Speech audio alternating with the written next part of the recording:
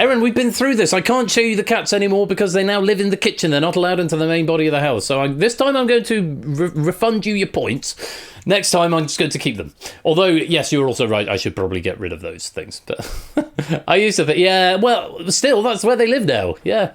Still. Anyway, Distinction, board 1. We have got 3 boards, each with 10 answers, and exactly 10 answers on these boards. All you've got to do is type the answer to Persephone's Twitch bot, and yeah, you get points if you do. You get 20 points, in fact, if you can find one of the answers. But remember, only the first player to find each answer will get the points. Once that answer has been found by a player, nobody else will be able to answer it. So it's fast and furious, and type as quickly as you can once the option to play arrives. That makes sense. Additionally, there are 3 bonus questions, or 3 bonus answers, I should say, secreted amongst these boards, 1 on each of them, which are worth 30 points each if you can find them. So theoretically, 90 points available here because you can only give me 3 answers. Once you have identified 3 answers, you won't be able to give me any more. But we've got a full minute. Last time we played, we did clear the board. It was in round 3 rather than round 1. But let's see if we can do it again. Which line? Secreted? Is that the line? I imagine that's the line.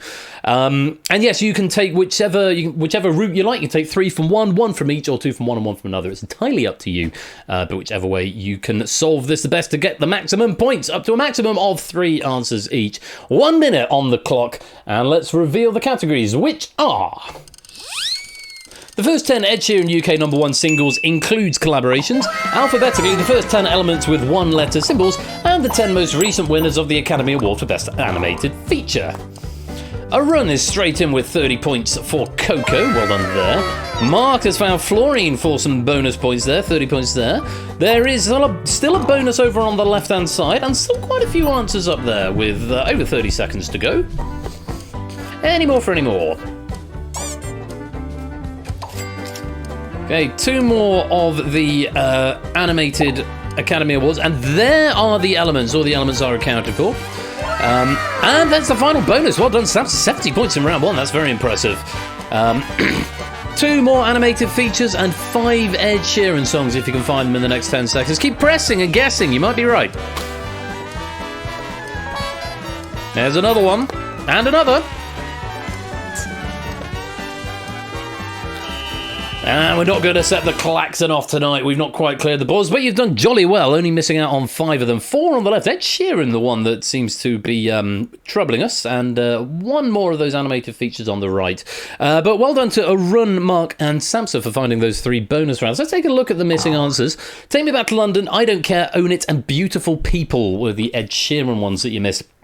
And Pinocchio is actually the one that's done it most recently, I believe, if the order that BC's written them in. Yeah, Guillermo del Toro's Pinocchio, which is not the same as the Disney remake of Pinocchio, though they came out within a few months of each other. I have seen that Guillermo del Toro one. It's very, very good.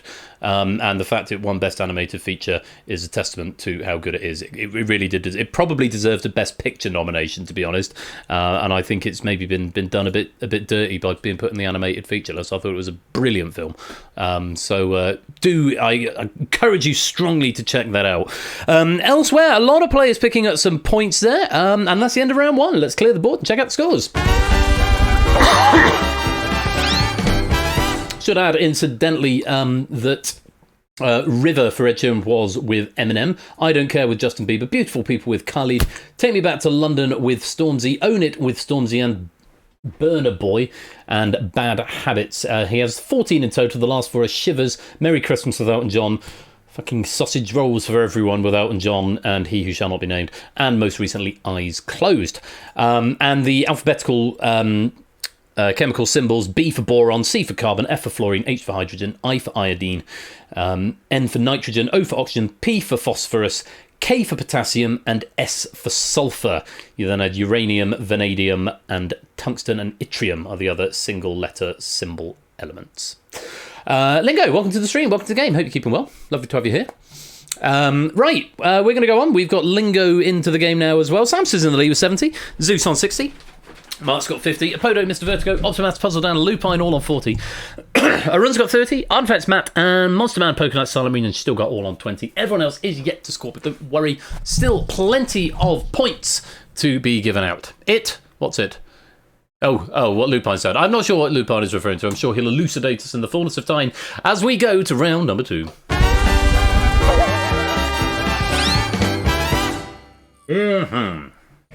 Not quite perfectly symmetrical this time, but we can't have everything now. Where would you put it? In this round, there are going to be 3 boards. And we've just had the puppet Aaron. He's not going to come back. I'm not going to get him now. They might get him at the end of the game. There are exactly 5 answers on each board, and your objective is to find the rarest correct answer. Simple as that. So play the answer that you think is A, correct, most importantly, because you get no points if you're wrong, and B, that you think no one else is going to play, or fewer other people are going to play. Because the more people who play the answer, the fewer points you get. It's as simple as that. There are exactly 5 on each, and you've got 30 seconds to give me one answer, and it will only take your first answer, so don't bother typing lots and lots. I'll give you a big hint for this first one. We're after a single letter. A single letter. Good luck, here is the first board, and we're looking for an English edition Scrabble letters worth 4 points, or letter tile, that should probably say. English edition Scrabble letters worth 4 points.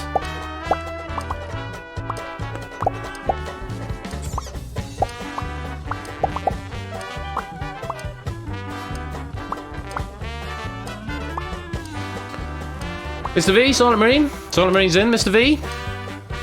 Quick! And time up! Oh, God. I've updated console enhanced and it looks strange. The logo's too small. But I can tell you that you have covered all 5 of the correct answers. If in doubt, guess a letter 26. Yeah, I wanted 26 to choose from. Let's look at any wrong answers. A few in there. K is worth 5, M is worth 3, K is worth 5, D is worth 2, I think. G is worth 2, K is worth 5, S is worth 1, B is worth 3, K is worth 5, C is worth 3, J is worth 8, G is worth 2, G is worth 2, Q is worth 10, X is worth 8, and D is worth 2, if memory serves.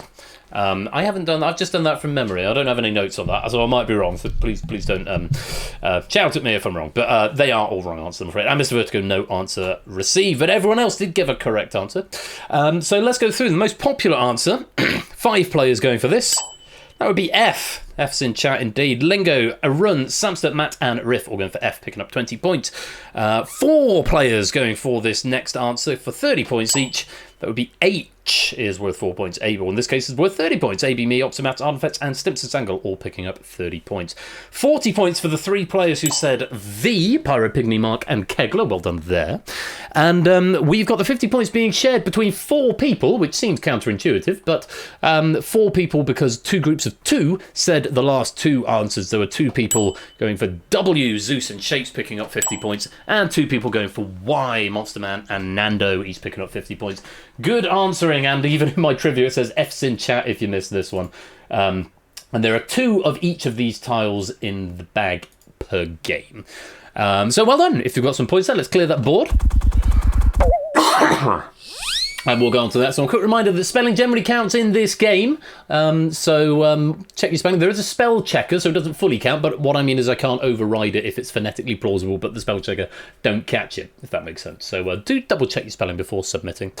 Right, on we go. Another 5. Give me one answer within 30 seconds, ideally a rare one. We are looking for a zodiac sign that ends in the letter S.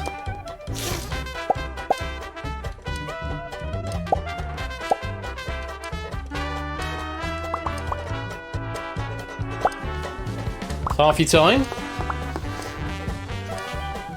Yeah, spelling very much counted for the last one. Last 5 seconds. Let's have an answer. There we go. Everyone's in. Lovely, lovely, lovely.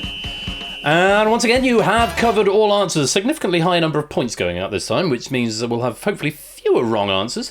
Let's see. Any wrong answers up there?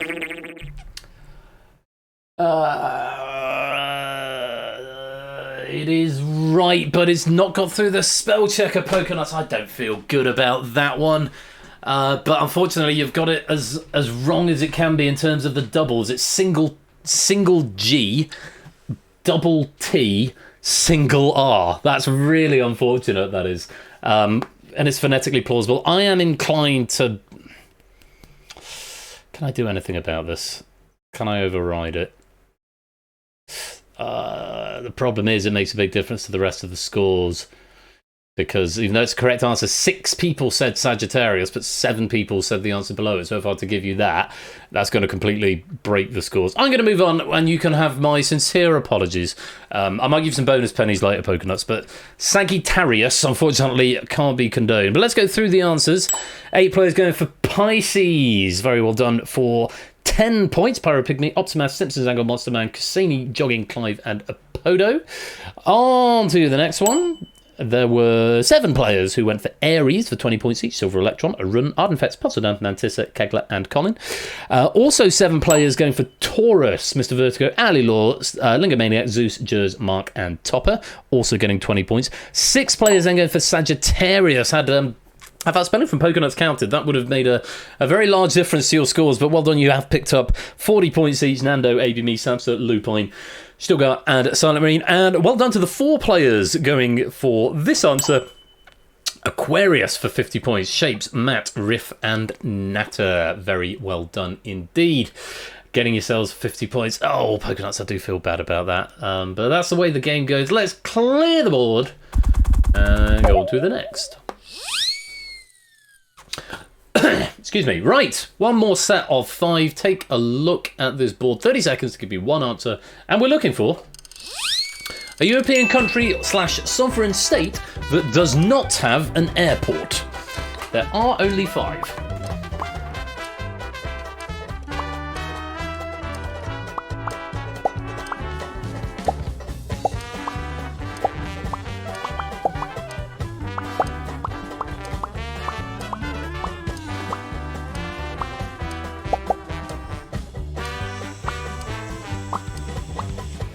And there's time. And once again, you have covered all 5 of the correct answers, so very well done. My back garden. What, the nation of shapes? Shapes of the nation. As BC saying, the key to this one is to think small. Let's take a look at any wrong answers. Luxembourg, no, they have got an airport. Lithuania, Isle of Man, I don't think it qualifies as a sovereign state. Malta, no, apparently Malta has Malta got an airport? Really? Or is it not a sovereign state? No, Malta International Airport. It does have an airport. Brussels is actually a city. It's in Belgium, and the city has an airport, and Belgium certainly has an airport. Luxembourg. I'm just going to double check that. Yeah, Luxembourg International Airport, Luxembourg. It does. So I'm afraid we can't have those. Bad luck, but everyone else getting a right answer. The most popular answer there for 10 points. 7 players going for the Vatican City, I think possibly the most obvious one on there, as the smallest country in the world. Silver Electron, Stimson's Angle, Silent Marine, Colin, Kusani, Riff, and Natty. Yeah, you can walk around it in about 45 minutes. It's Crown Dependency. Thank you, Natto. I knew it was something like that. But well done, 10 points if you went for Vatican. And then we've got a 3-way tie with 5 players each going for each of the next answers and all getting 20 points. Andorra is 1, Lupine, Lingo, Zeus, Monster Man, and Topper getting 20 points. Monaco is another, Nando, Mr. Vertigo, Matt, Jogging, and Kegler getting 20 points. And San Marino is a 3rd for 20 points. Samster, Arun, Optimath, Jers, and Apodo. Interesting, which means 3 players are going to be awarded 50 points for going for the smaller one. Liechtenstein, AB Me, Shapes, and Clive. Very well done. Maybe a bit scared of the spelling, possibly. It's not one that I like spelling without a spell checker on. But yeah, Vatican is the smallest country in the world. Monaco is the 2nd smallest country in the world. And none of those sovereign states have airports. You have to go to another country, and not directly. So yeah, when we went to the Vatican, we flew into Rome, and then just sort of walked. Little Liechtenstein, of course. Indeed. Well done. Lots of points going out there. Let's clear the board, and at the end of round 2, check out the scores. Samster, and Zeus and Shapes are having a little three-way at the top there, each with 100... Sorry, that sounded quite rude. Each with 150 points. AB Me's got 120. Mark and Matt and Nando also in a three-way with 110. Optimat, Lupin... He said it again. Optimat... I'm going to stop saying three-way now. Optimat, Lupin and Monster Man all with 100. Three-way tie there as well. Run's got 90, Mr. Vertigo and Kegler and Riff are on 80. So these trios, these triumvirates of points coming up. Apodo, Fetz and Silent Marine all on 70. Puzzle Dan, Stilgar and Clive, we're breaking the trend now. Lingo and Nat are all on 60. Pyro and Stimson are on 50. Juz and Topper on 40. Colin Jogging and Electron on 30. Poker, Alilor and Cassini and Mantis are on 20. So everyone has got some points. It means everyone's going to get some pennies, which is nice. We've got one more round before the distinction final. 60 gang, indeed. Yeah, if no one else wants to join, advantage with Samson, Zeus and Shapes at the moment, but all of that can change. Let's see what happens. We go to round 3. Very similar to round 1, except we're doubling the points. You get 40. Is it 40? I can never remember in this round. I think it's 40 for finding a correct answer in this round. And again, there are 3 bonuses, one on each board. One secreted on each board, I should say. And if you can find any of those bonuses, then you get 60 rather than 40, which means potentially 180 points up for grabs in this round if you can find all 3. Much like with round 1, if only the first person to say the answer will be credited with the points for it, and the bonuses are hidden at random. You can take 1 from each, all from the same, or 2 from one and 1 from another. It's up to you, whichever way you want to do it. Unlike round 1, however, the answers in these lists are not necessarily exhaustive. In round 1, there are always exactly 10 that fit the solution. In round 3, there may be more than 10, but you have got to get a little bit inside BC's head to find out what he is after. Okay? So, fingers on keyboard, 60 seconds, good luck to you all, and the categories are... things you might find in a sushi restaurant, Super Smash Bros. Characters who joined the series in Ultimate, political parties who won at least 1 seat in the 2019 UK general election. And there's the bonuses, all gone. Jogging, Zeus and Lingo finding those. Chopsticks, Hero and Conservative. One more political party to find.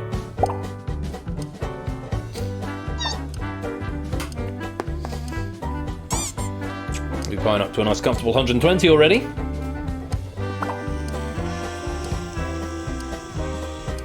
More answers available. Okay, we've cleared the right board. 2 left in the middle, 2 left on the 2 left in the middle, and 2 left on the left. 15 seconds.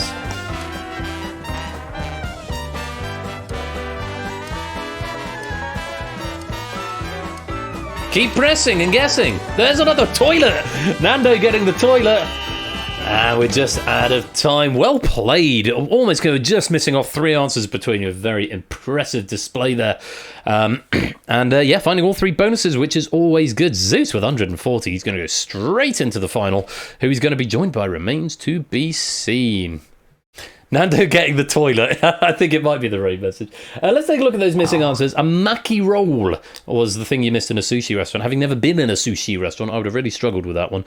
I may have got chopsticks and possibly toilet and conveyor belt. Inkling and Byleth were the missing answers on the Super Smash Bros. Characters. Inkling from Splatoon and Byleth from Fire Emblem. Isabelle joining from Animal Crossing. Hero from Dragon Quest. Min from ARMS, Simon from Castlevania, Ridley from Metroid, Sora from Kingdom Hearts, Pyra from Xenoblade Chronicles 2 along with Mithra, and Piranha Plant from Mario. And we got all of the parties on the right, so well done.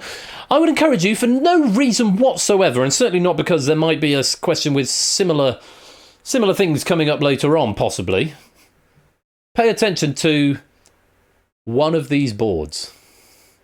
Can't say more than that. Hello, Aaron. Did you write our final pack? Aaron might know which board that is. Don't do that. Oh, yes. Spoilers. Well, yes. Remember toilet. Keep the toilet in mind. Right. Let's clear that board so you can't remember if you're trying to remember. And go on to the next round.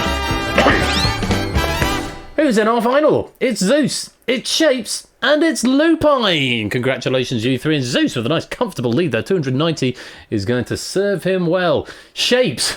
The fact that Shapes is in this final is tickling me for a reason that will become apparent in just a minute. I'm sure it'll tickle him as well. And Lupine, you are going to be our gold, silver and bronze medalists this week. Could be in that order, or it could be in another order that remains to be seen.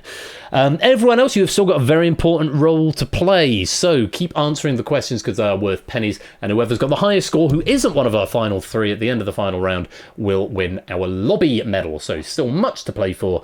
But gold, silver and bronze are going to Zeus, Shapes and Lupine as we go to the final. So Zeus with the advantage on 290, Shapes has got 230 and Lupine 220. How this round is going to work, I'm going to give you one final question and our audience players have got 1 minute to give me as many correct answers as they can, up to a maximum of 5. Once you give me 5, you can't get any more. As before, the rarer the answer, lobby game, the more points it is worth. But if you're running out of time and you've only gotten 3 up, maybe go for some of the obvious ones, because they're not worth as many points, but they are still worth points to you.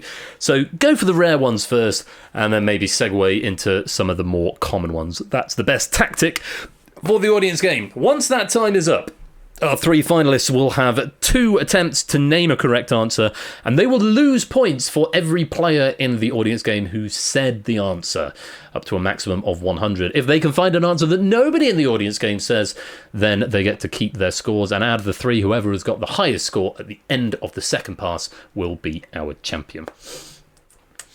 So, good luck to you all, and audience game over to you first. Zeus, Shapes, Ralph, you don't need to type anything on this one. I don't think it processes it anyway, so just be having a think about these, trying to think of the rarest answers. There are 20 available answers in this list. Good luck. Here is the final board. Audience, we're looking for male and female singles winners of Wimbledon from 2000 onwards. 1 minute. And I will add, just in case there happens to be persons who have the same last name, if that happens to apply to anyone, you must give me both first name and surname. If that happens to be a thing, which it might be. Or might not. Anyway, 40 seconds. For everyone else, surname alone will suffice.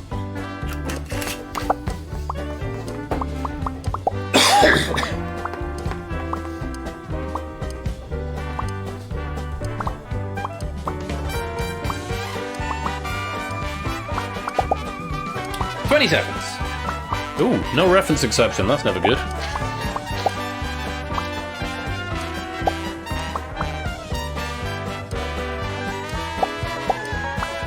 Still seems to be working.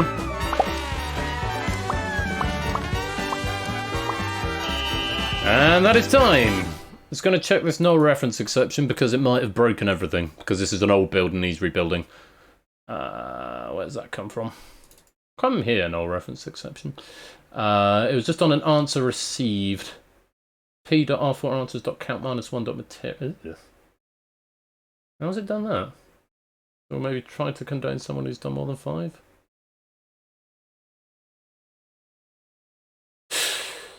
Right. That's weird. I think I know what's happened there. And I'll explain it at the end. It shouldn't have broken anything, he says with confidence. I'll just re-stress for our friends in the final. If there happens to be a shared surname amongst the 20 answers available, you must give me both first name and surname, otherwise it will be marked as wrong. Just something to bear in mind. And I can tell you, there are no distinct answers. Shapes and Ralph are not. Oh yeah. That's a very weird bug topper.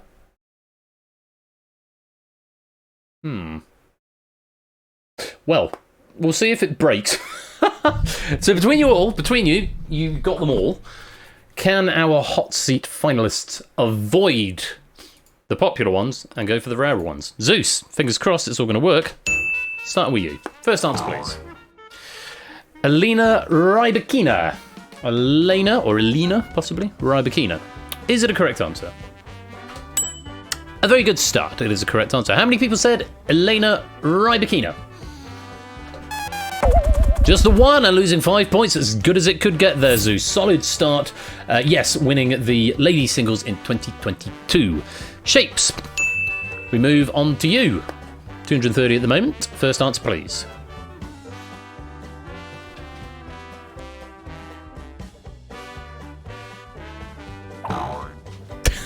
He's got the diacritic and everything. Garbine Muguruza. Garbine Muguruza. Is it a right answer? Yes, it is. I didn't have the diacritic in. Incidentally, I have put a diacritic. There are some that have diacritics and some that don't, but they all have safe answers without diacritics. So if you're in doubt, leave the diacritics out, because I'd hate for that to not have been condoned. But Gabi Muguruza is the correct answer. How many people said it? Just the 2. Shapes dropping down to 220, same as Lupine, losing 10 points. Yeah, Garbine Muguruza, if I can speak, won the ladies singles in 2017. Well done there, Shapes. Lupine, currently on 220. First answer, please. Onze Jabeur. Onze Jabeur. Is that a correct answer? Apparently not. And you lose 100 points. Onze Jabeur, let's take a look. Tunisian player. Wimbledon final in 2022 and 2023, but suggests they didn't win. Twice runner-up, as Topper is confirming there in the chat. Yes. Onze Jabeur unfortunately has not won Wimbledon, and you lose 100 points. Might be a done deal at this point, to be honest, because there are no distinct answers. So it's all coming down to whether or not Zeus can stay in pole position. But Lupine, just for fun, can I have your second answer, please?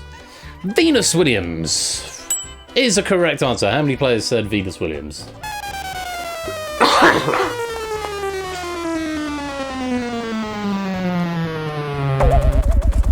13. That's losing quite a lot of points there. 65 points. You'd add to 55, but whatever you started with, Ralph, we'll add 55 onto it, and that's what you'll finish with. Shapes, can I have your second answer, please?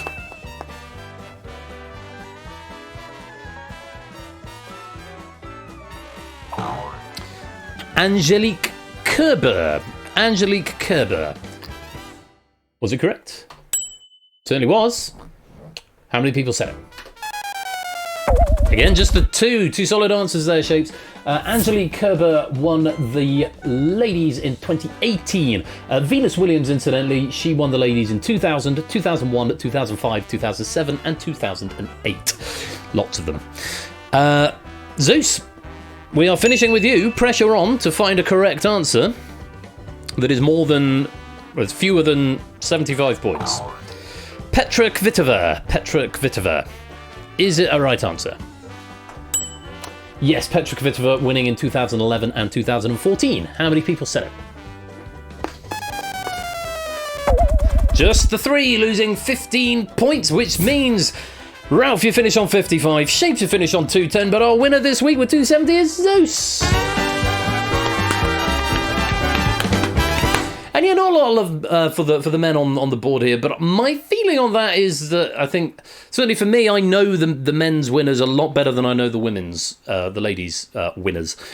So maybe if people are going for trying to look for distinct answers or rarer answers, that's a good place to go. Let's go through the answers that everyone else said. I know how many people said them. Ashley Barty, 3 people going for that. Andy Murray, 12 players going for Murray. Federer, 6 players going for Federer. Goran Ivanisevic with the diacritics, 3 players going for that. Elena Rybakina, just the one, that was Topper. Rafa, 2 players going for Rafa, Mark and Arun. 13 going for Venus. Maria Sharapova, 3 players going for Sharapova. 6 going for Leighton Hewitt.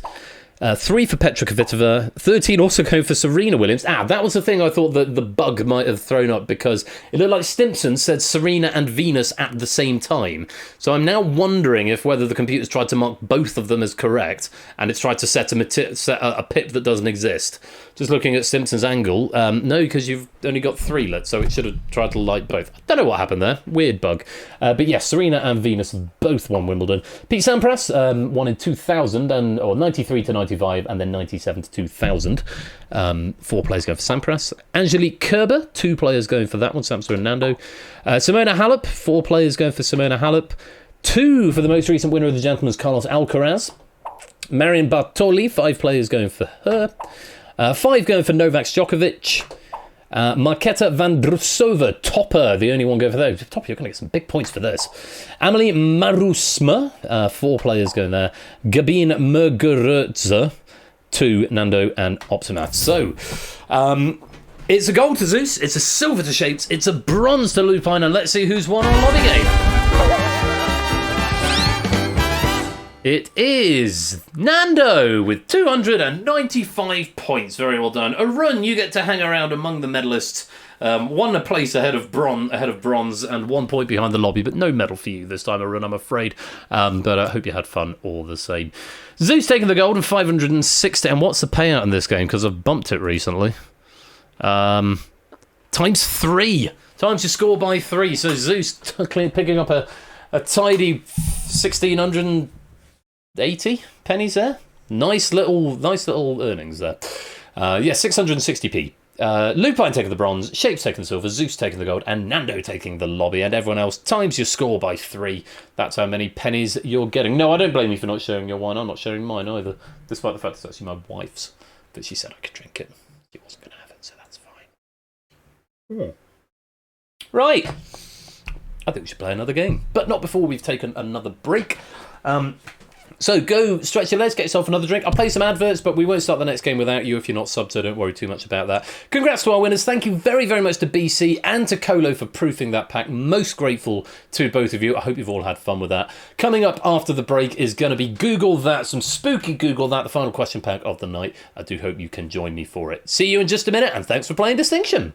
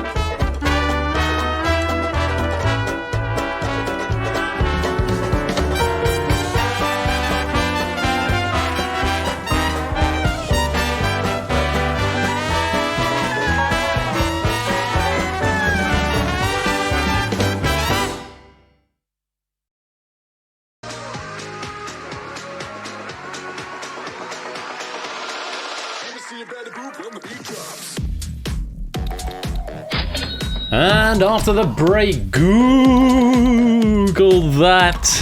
I'm so funny. Yeah, do stick around for it. We've got a pack from Arun coming up. Distinct 101. That's not scary at all. Distinct 101 if you like 101 bonus pennies. And after the break, Arun's Google That pack, proved by me. You're going to have a lot of fun with it. More spooktacular quizzing coming up. You'll be mad to miss it. Don't touch that dial. We'll be right back.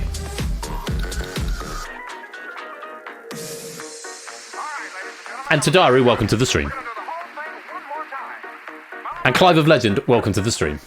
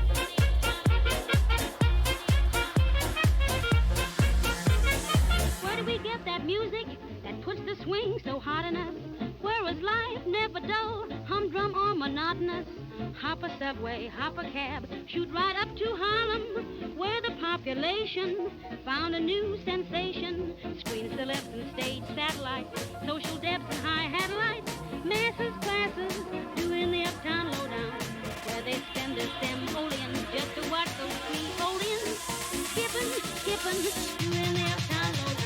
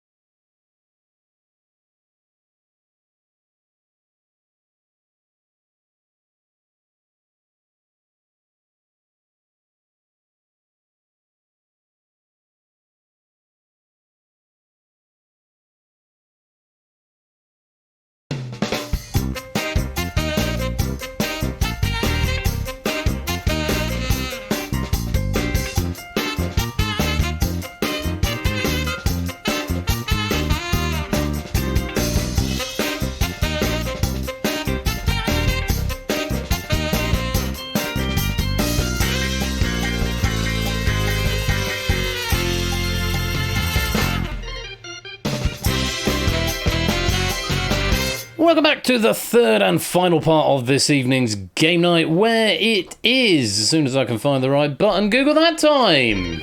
Hackbox game for this one, so please head on over to hackbox.ca and join with that VAR room code. You might have to validate your account and or sign in, but because old build I haven't updated. Copy test apparently. Welcome. And what's I going to do? I was going to do something really clever. It's on the canvas, the opening titles. There we go. Backdrop. Individual letters. Are they still individual letters? Oh god, no, sitting behind the scenes there, it's going to break everything. I'll just put the finished title up there.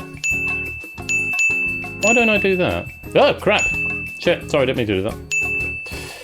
Right, I'm going to stop fiddling now.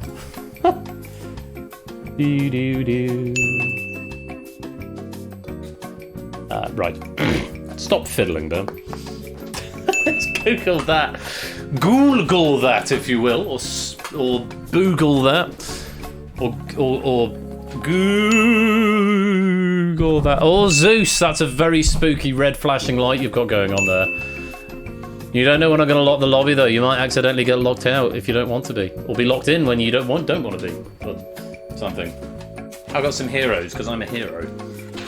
Actually am. I don't know how much I'm allowed to talk about it, but I was a hero this week, and I got rewarded with Cadbury's Miniature Heroes.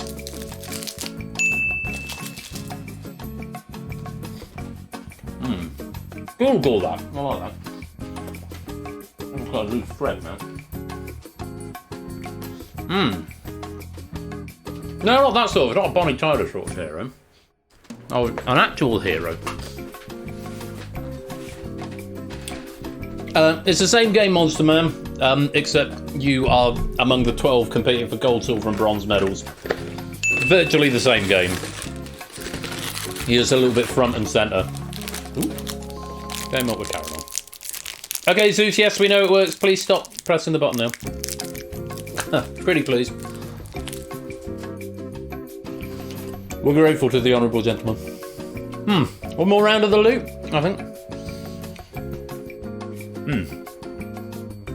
Google that's a scary house. Monster, stop it! All of you, stop it! I'll remove it as a feature. I will. Or I'll make it so you can only do it once, and then you're stuck with it. Yeah, stop having fun. How dare you have fun? Hello, Prey. Welcome to the stream, I do. That's where it's going to break something. Or the flashing is going to aggravate people. 10, 15, 20, 25, 30, 33. It's a good number. Right. Locking up in 5, 4, 3, 2, 1. Last opportunity to set your exclusion status. Pray, welcome to the stream. Hello, hello, hello. And let's lock it.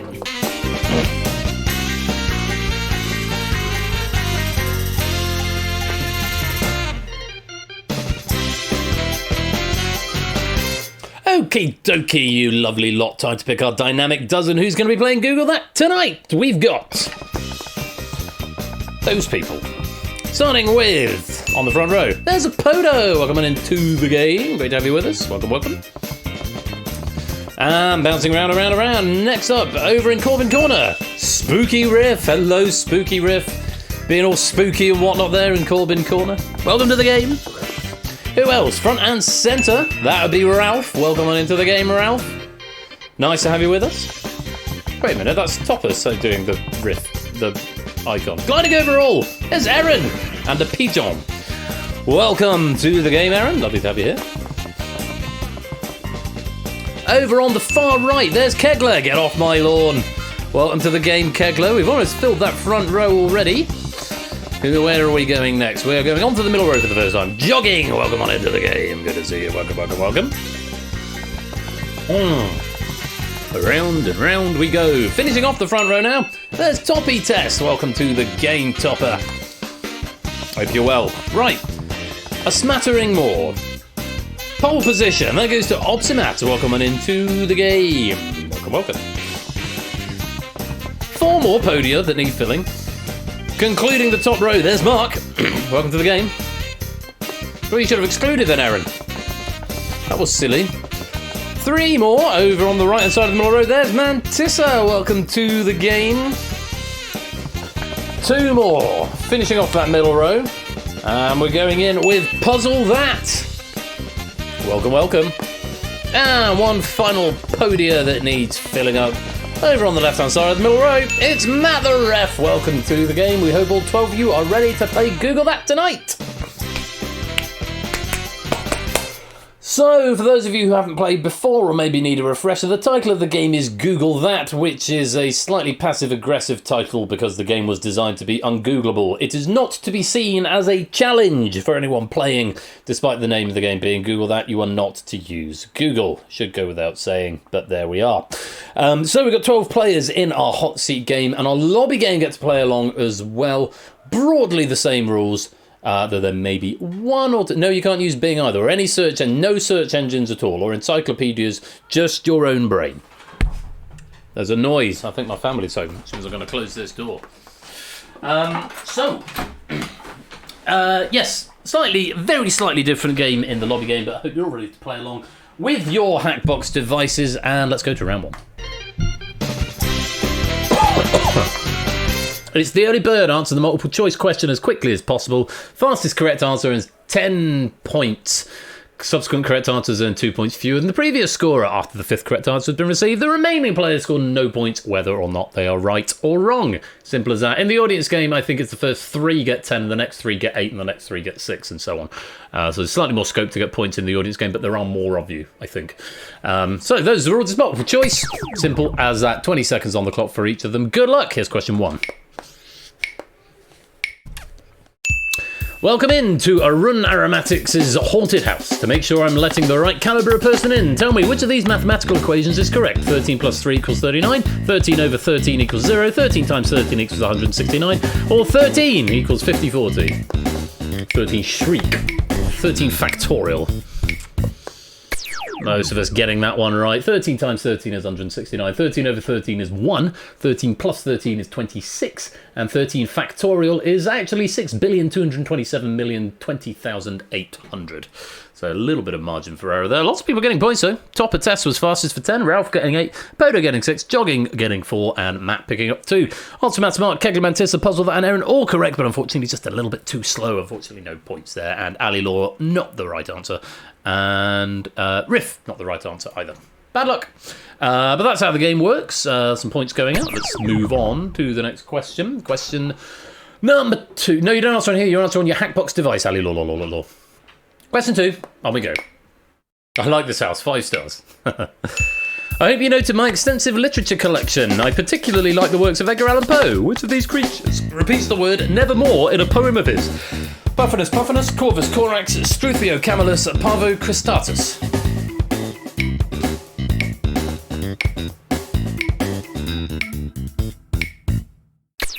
That would be Corvus Corax. Corvus Corax, of course, being the raven. Parvo cristatus is the common peafowl. Puffinus, not the puffin, as you might imagine. It's actually the Manx shearwater. And Struthio camellus is the common ostrich. And I now need to check that a Manx shearwater is not actually what we recognise as a puffin. It is kind of a puffin, sort of puffiny thing, but not a puffin, not a classic puffin with the nice sort of psychedelic beak. That is not puffinus. How do we do? Matt getting 10, Mark getting 8, Ralph getting 6, Apodo getting 4, John getting 2, Mantissa and Aaron both correct, but unfortunately just a little bit slow. No points. Well played. On we go. What are birds? We just don't know. Question number 3. Take a look at this. Don't worry, that's not blood on the floor over there. That must be some gazpacho I spilled earlier. Which of the following does not feature in the BBC Good Food recipe for gazpacho? Ripe tomatoes, red lettuce, red pepper, red onion.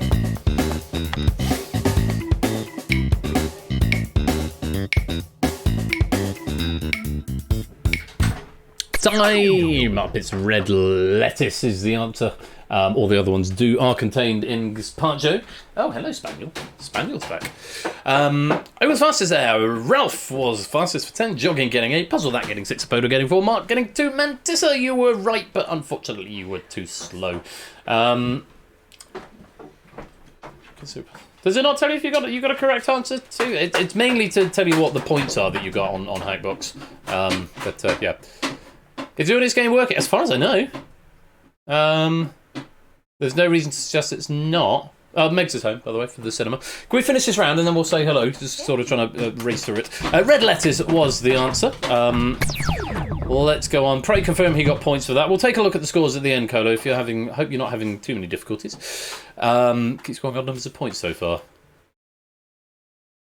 We'll take a look in a minute. Question 4. Take a look. Over there in the corner is my good friend Simon the Skeleton. When he's standing upright, which of Simon's bones is closest to the ground? Calcaneus, patella, sternum, ulna.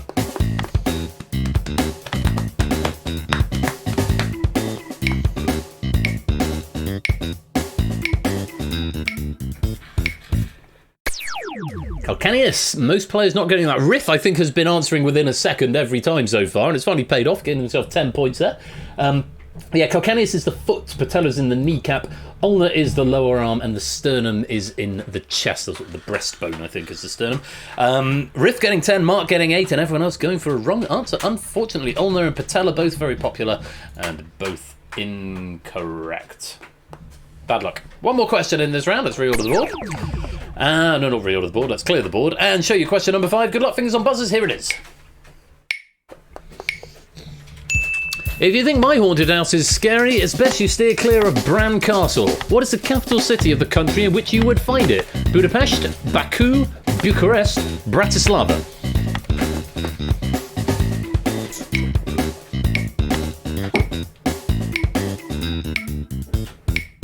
I don't know if you've fathomed this one out. It's Bucharest. Bran Castle, or Dracula's Castle, is found in Transylvania in Romania, the capital of which is Bucharest. Budapest is the capital of Hungary, Baku is the capital of Azerbaijan, and Bratislava is the capital of Slovakia. Ringtail Prince, welcome to the stream. Lovely to have you here. Optimus was fastest, Jogging was second, Puzzle that was third, and Ralph was fourth, all getting points. Very well played. That is the end of question 5 and the end of round 1. Let's clear the board and check out the scores.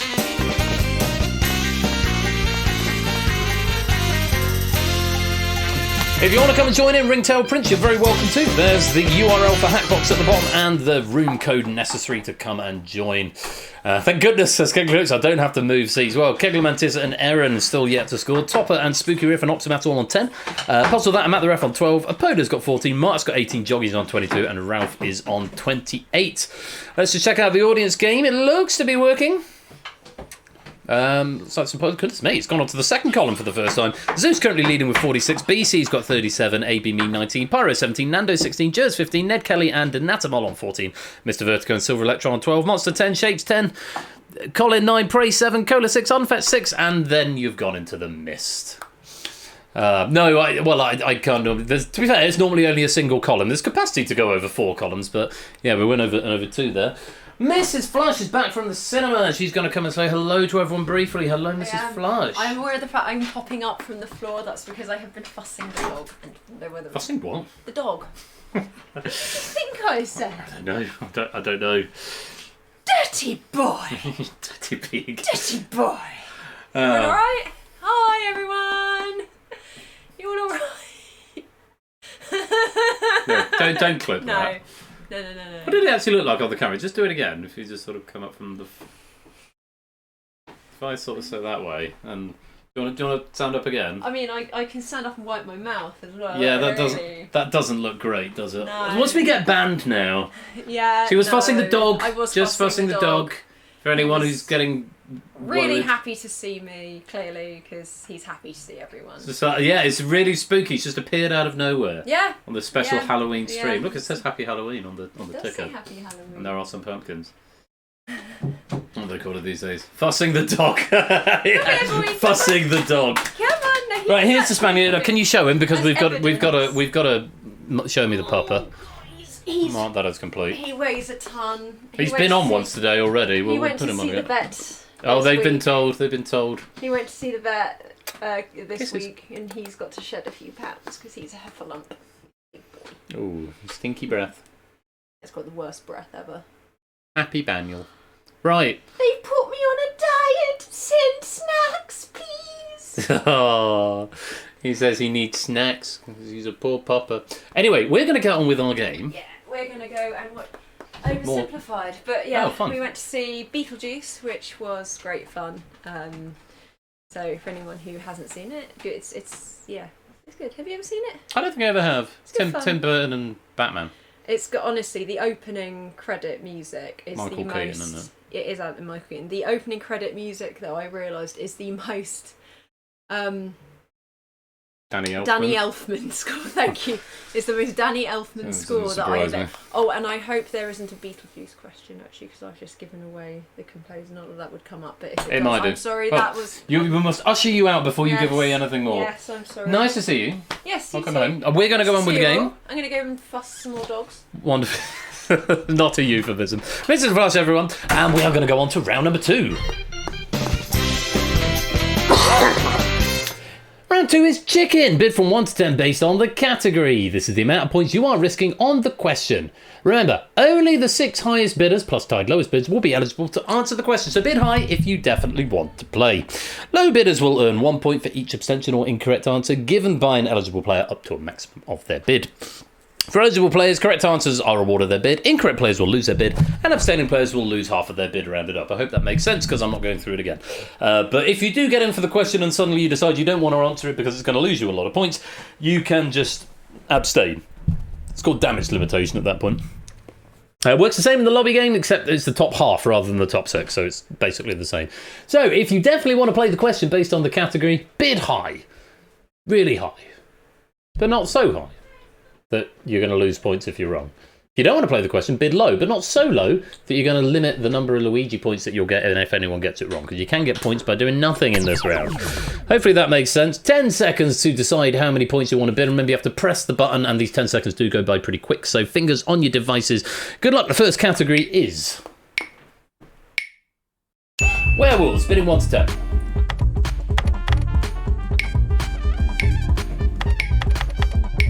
Abstention will give you a bid of 1.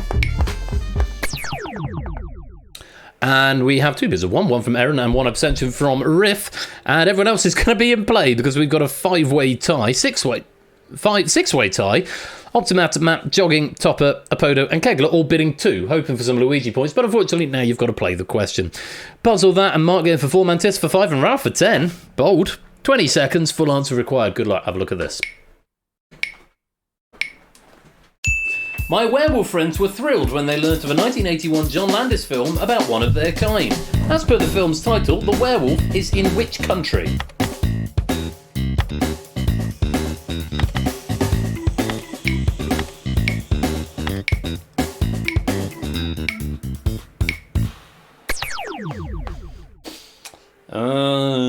It's UK.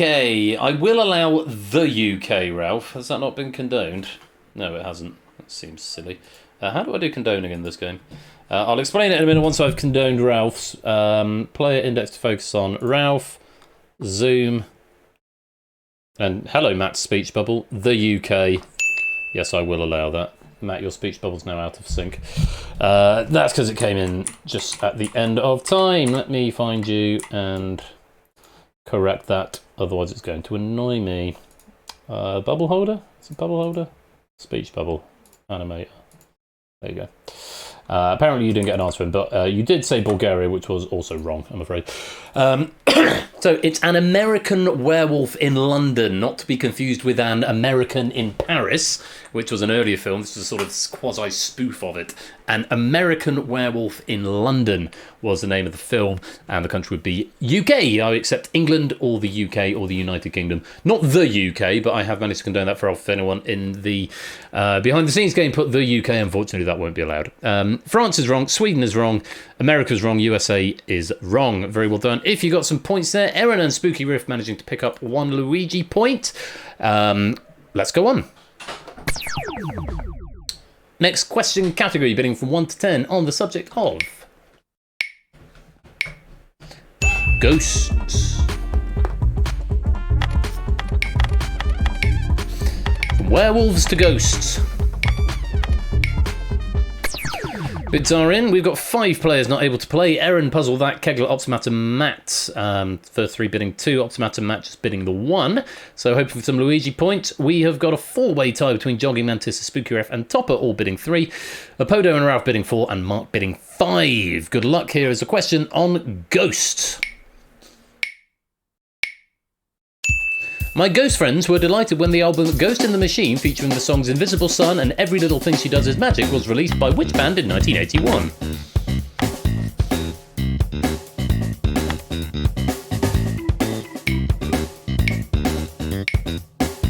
Maybe you can abstain to do some damage limitation, or you can take a guess. Abstentions from Apodo and Topper there. The Police was the correct answer. Oh, just Mantissa going for Duran Duran. Not the right answer, I'm afraid. Luigi points there going out for everyone who earned what they didn't bid, or what they did bid. 1 to Matt Optimat, 1 Matt and Optimat, and 2 to Puzzle That, Erin and Kegler. Very nice indeed. And lots of green going out as well. Just Mantissa losing the 3 points there. Yes, The Police. Every little thing she does is magic. And also Roxanne. Great song. On we go, bidding 1 to 10 on the next subject, which is... Dun dun, SOS to the world. Zombies! From werewolves to ghosts to zombies.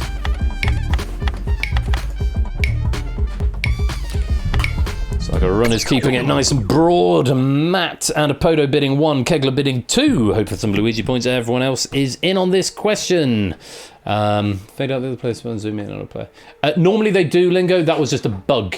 That thing that you've just posted in suggestions. It's a bug because Matt's speech bubble came out of sync because he didn't get an answer in, but did. So the bubble popped up and then popped down again. Normally they do fade out, so that is fixed. It was just a weird out of sync bug. Riff, Mantis and Mark and Erin go for 3. Ralph and Topper and Jogging go for 4. Optimat for 5 and Puzzle That for 6. Let's see how you get on with this question on zombies. My zombie friends were excited to learn of the zombie cocktail on the International Bartenders Association website. Their recipe includes 3 different types of which spirit?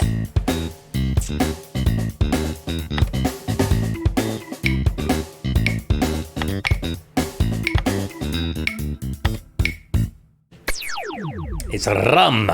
Rum is the answer. Kegler getting 2 Luigi points. Matt and Apodo getting 1. There was a rum that came in that was marked wrong. Puzzle Dan, yeah, it's marked you as wrong because you put a space after it and it's a short word, but I am going to allow that. Puzzle that, there you are. And zoom. So you can see there, Lingo, that it does normally get rid of them. Rum, yeah, that's right. Have those points back and the 6 that you won, up to 16 now, very good. Gin is not the right answer, unfortunately. Jogging and Erin, you're going to lose 4 and 3 points respectively. Well played, let's go on. On we go. We've had werewolves, ghosts and zombies. Our next one is on mummies.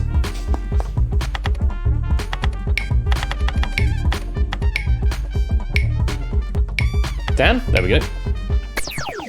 And getting in as well. Oh, 5 players dropping down here. Jogging, Mantissa, Topper and Kegler going for 2. Apodo going for 1. Riff and Mark and Erin going for 3. Ralph, Puzzle That and Oxmas going for 4. And Matt going for 5. All getting to answer this question on mummies. Good luck. Take a look. My mummy friends were all intrigued when they heard the news of the excavation of KV62 in 1925. Who led the team that excavated it?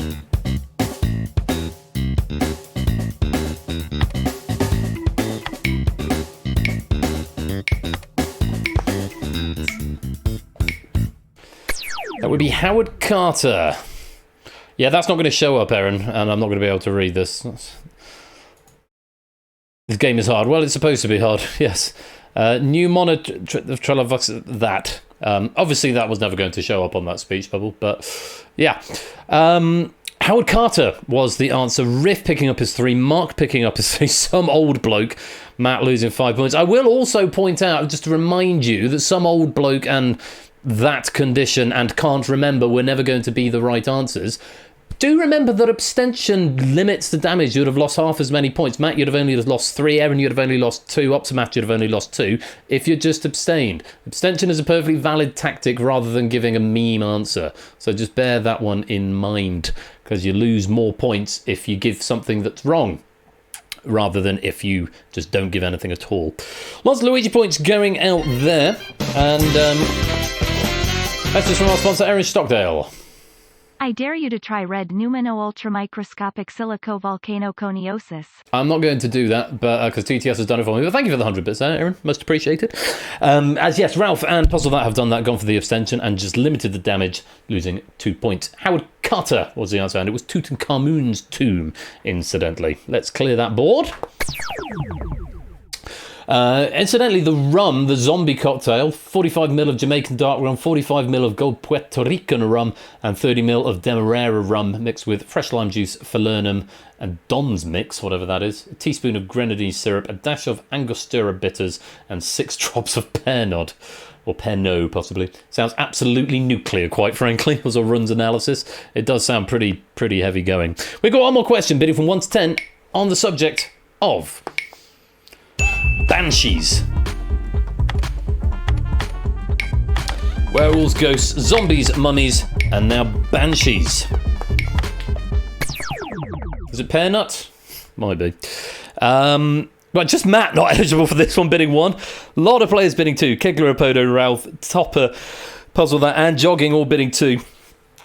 Riff, Mark, and Erin all going for 3. Mantis for 4, and Optimas for 5. So just Matt hoping for his 1 Luigi point. Everyone else is going to have to think another way, possibly by answering the question correctly. Let's find out what it brings. 20 seconds, good luck, and here's the question. Pernod, that's the one. My Banshee friends were overjoyed when the Banshees of Inishin was nominated for a Best Picture Oscar. They were less pleased when which other film won the Best Picture Oscar over it?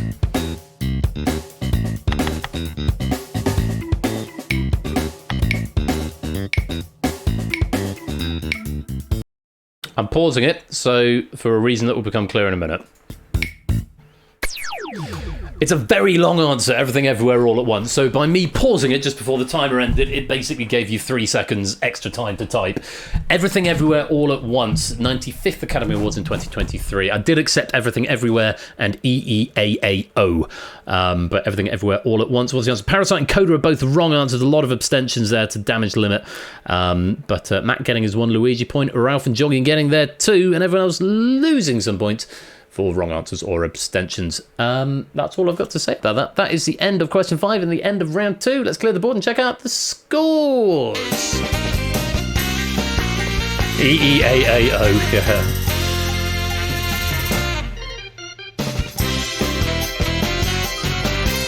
Aaron down into -5. Mantis on 0. Optimat's got 5. Kegler's on 7. Matt's on 9. Apodo on 11. Topper and Puzzle That are on 12. Riff's got 18. Jogging on 23. Mark on 31. And Ralph currently in the lead on 40. Sort of about around the halfway mark now. We've got 3 more rounds to go, but one of them is quick fire. Well, short, as you're well aware. Suggestion to trim the answer string submitted to avoid the issue with Puzzle That with rum. Yeah, it's probably not a bad idea. I do trim the question pack going in for that very reason.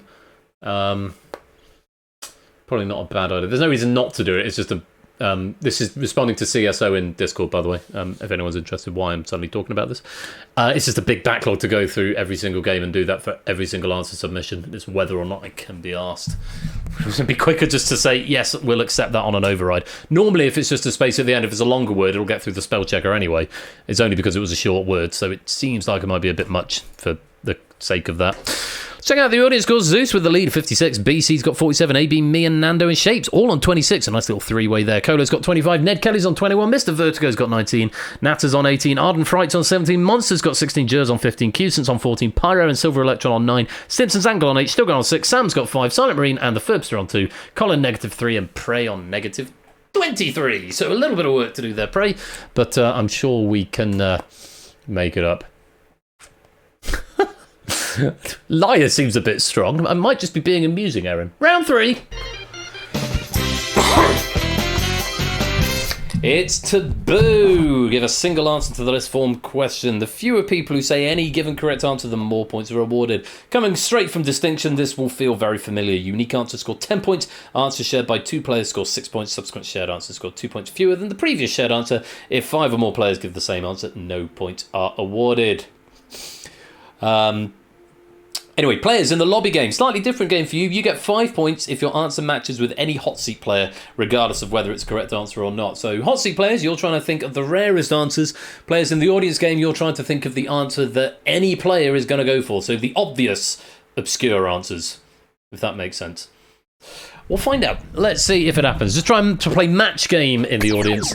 And if you're playing in the hot seat, then, yeah, give me a rare answer. Rather than just doing the obscure ones. Interesting spin on the game. So just a single answer to each of these, if you please. Don't try and name them all, because it will only take your first answer. Question number 1. 20 seconds. Name a show that has been nominated for the Best Scripted TV Comedy BAFTA since 2020. My monster friends have answered Ghosts, so you can't have that.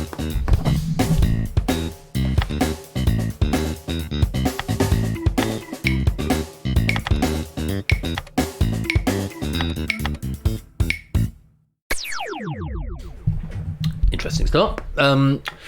Answers you could have had: Alma's Not Normal, Am I Being Unreasonable, Big Boys, Catastrophe, Derry Girls, Fleabag, Inside Number 9, Man Like Mobeen, Motherland, Stathlets Flats, apparently, This Country, and We Are Lady Parts were the correct answers you could have had there. Answers that have come in: Optimat going for Inside Number 9, Apodo going for Derry Girls, Mark going for Fleabag. All of those are correct. Very well done. You're going to get 10 points. Not going out is not there. Should we abstain here? No, you might as well attempt here, Aaron. There's no benefit to abstaining. Doctor Who, Man Down, and What We Do in the Shadows. I'm afraid all of those are incorrect. And a few abstentions as well. Well done. If you've got 10 points there, let's clear the board. And move on to the next one. Question 2. Take a look. Name a political party that received more than 8,000 but fewer than 1 million votes at the 2019 UK general election, except for the official Monster Raving Loony Party. That answer has been taken by my monster friends. Maybe you're looking for the rarest one that no one else is going to say.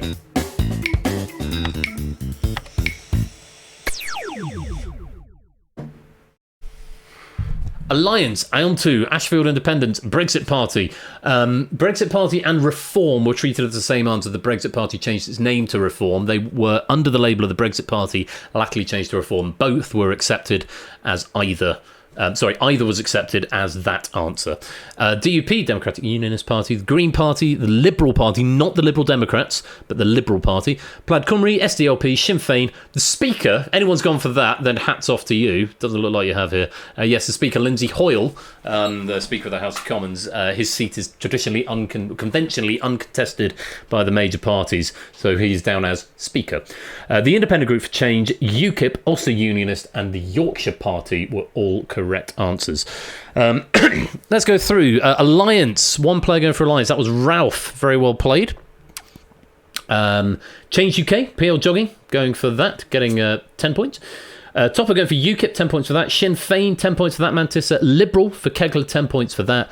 And some shared answers. The Green Party, Optimat and Puzzle, that both going for the Green Party, 6 points each. And 3 players going for Plaid Cymru, Riff, Matt, and Apodo, each getting 4 points. SDP, not a correct. It's SDLP, Mark, but that's not gotten through. I'm just going to check what the L stands for. Is it Scottish something? Where's SDLP? So, Social Democratic and Labour Party. So I think the L is kind of important. As a non-Irish party, okay. I think the L is important there, Mark, so I'm not going to let that one through on this occasion. It's close, but not close enough, I'm afraid. I hope we can still be friends. Conservatives, Labour, Lib Dems and SNP were the only 4 parties to receive over 1 million votes, and the official Monster Raving Loony Party received 9,739. Lots of points going out there. Let's clear the podiums.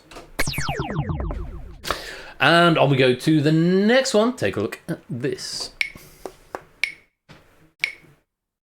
Name a game that came pre-installed on home Windows XP computers. My monster friends have answered Spider Solitaire, so don't put that. So we didn't have monsters in round 2. We're getting them in this round, though. Werewolves, ghosts, zombies, mummies, banshees are now around full of monsters. Okay, so 3D Pinball for Windows, Space Cadet, or answers I also accepted there. I added in 3D Pinball, Space Cadet. No, 3D Pinball, and I added another one. Pinball Space Cadet was one of the ones I was going. One of the variations I thought I'd added in, Ralph, but apparently didn't. So that I am going to condone as. This is the weird one where I need to condone as. So let me just do that first. Pinball Space Cadet. Answer to condone as 3D Pinball for Windows Space Cadet. Yes. Someone else obviously said it as well. Pinball, Matt go for pinball down there. Okay, Erin, I'll condone it this time. Minesweeper. Condone as Minesweeper. But we're not having a dialogue here, so just your answer next time. Because I don't have to condone. If you're going to give me lots of extra characters, you know how the game works. You know how it's just string comparison. So please don't give me loads and loads of extra characters. Just your answer will be fine. And as it happens, by giving that answer, you have made everyone else drop down to 0 because 5 of you have now given Minesweeper, unfortunately. So that was unfortunate for Optimat, Puzzle, that Riff, and Mark. But Minesweeper is mainly to condone Mantissa 2. Space Pinball, yeah, good spot. Good spot there, Topper. Yes, Mantissa. It was one of those weird ones. Mantissa, there you are. Let's zoom in on you. Space Pinball, 3D Pinball for Windows Space Cadet. Tick. Taking it down to 4 now. Kegler go for Mine, not close enough, and Minesweeper wouldn't have gotten you any points anyway at this stage. So answers could have had the Space Cadet Pinball, Free Cell, Hearts, Internet Backgammon, Internet Checkers, Internet Hearts, Internet Reversey, Internet Spades, Minesweeper, and Regular Solitaire, not Spider Solitaire. Any of the ones with the Internet prefix, I did allow you without the Internet prefix, and apart from Hearts, which was its own game. Hearts was a standalone game, and Internet Hearts was a separate game. So we've got 10 going out for Free Cell to Topper, 10 for Hearts for Apodo, 10 for Reversey for Jogging, and then 4 each for Mantissa, Matt, and Ralph for Space Pinball. I spent so much time playing that game. And then nothing for Minesweeper, I'm afraid. Bad luck. Let's clear the podiums. You said pinball and got a match. Yeah, pinball was allowed. Pinball on its own was accepted. There were a few variations, but 3D Pinball for Windows Space Cadet was the specific spelling that we needed for the full answer, but I also allowed 3D Pinball or Pinball. On we go. Next question. 20 seconds. Name a Meatloaf UK top 40 single. The Monsters have gone for Bat Out of Hell, so don't even think about putting that down.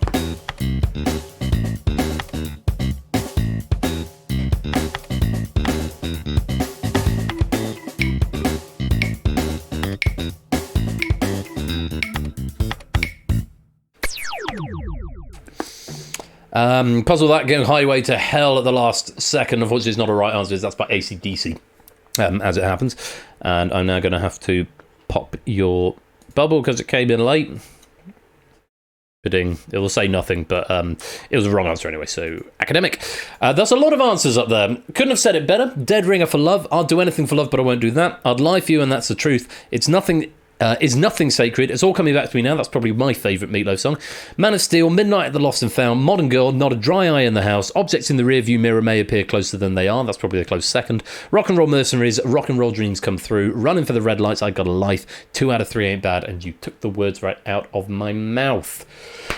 I am shooketh, says Topper. Yeah, Paradise by the Dashboard Lights didn't get into the top 40, which actually surprises me. Paradise by the Dashboard Lights, UK charts. Let's take a look. That peaked at... Hang on. Oh, stop, go away, pop-ups. Well, apparently it peaked at 13. Maybe that was the album. Hang on. Meatloaf songs.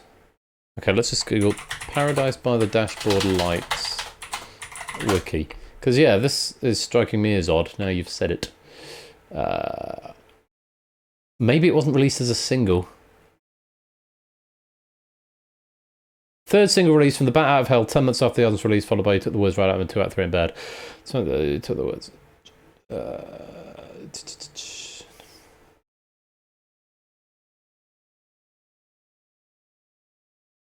Unless it is an answer and I just missed it in my list there, but I can't see where it... Didn't chart at all in the UK. Really? Hello, old Garrett. Welcome to the stream. I'm on the Wikipedia page, and I can't see where it... But yeah, it's saying it's not charted, which amazes me, but... so it would seem. Oh, there we have it. I'd lie for you, and that's the truth, worth 10 points for jogging. Ralph, 2 out of 3 ain't bad, picking up 10. It's all coming back to me now. Riff, you can have a special honk for that, because that's an absolute bop. Originally released by Celine Dion, I believe, and then Meatloaf did it on Bat Out of Hell 3 in 2006, I want to say. So I just thought a match, never mind. I'll do anything for love, and Podo and Matt both going for that for 6 points. Best of Meatloaf. 2 out of 3 ain't bad. Kegler, I'm going to allow that. That should have been condonable. Kegler, there you are. Let's zoom in on you. 2 out of 3 ain't bad. I've got to find it now. 2 out of 3 ain't bad. Yeah. Showing 6. Unfortunately, you are bringing Ralph down from 10 to 6. Unfortunately, so Ralph will be very sad, but you'll be very happy with those 6 points. No answer. Paradise by the Dashboard Lights. Same. Topper and Mark both going for that one, and not a right answer. But the City on a Sausage Roll is also not a right answer. That is the end of that question. Let's reorder, or let's clear the board. Assuming I haven't missed anything. And one more question in this round. Take a look at this.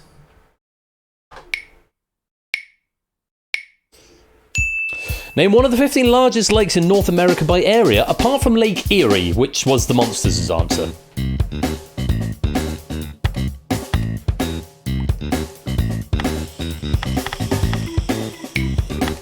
Have you really, Griff?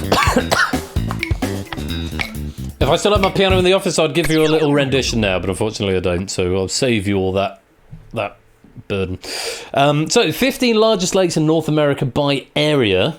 other than Lake Erie, which is why there's only 14 answers, which is something I said to him, why are there only 14 answers when I asked for 15? And he then said, yeah, the monsters have said things. I was like, oh, yeah, of course. So Great Bear Lake, Great Slave Lake, Lake Athabasca, Lake Huron, Lake Manitoba, Lake Michigan, Lake Nipigon, Lake of the Woods, Lake Ontario, Lake Superior, Lake Winnipeg, Lake Winnipegosis, Nettling Lake, and Reindeer Lake. A lot of green and blue up on here. Victoria is not a right answer. Lake Victoria. Where's Lake Victoria? Because everyone forgot Canada. I don't know where Lake Victoria is, but that's not a right answer. Medicine Hat is not a right answer, and Lake Champlain is not a right answer. Neither is Shrug Emoji. Superior, 2 players going for Superior, so Ralph and Matt each getting 6 points. 2 going for Huron, Kegler and Optimus both getting 6, and then 1 each going for Ontario, Michigan, and Great Salt Lake. So well done to Riff, Topper, and Mark for picking up 10 points there. Oh no. Anyway, let's go. That's the end of the round. So let's reorder the podiums and check out the scores.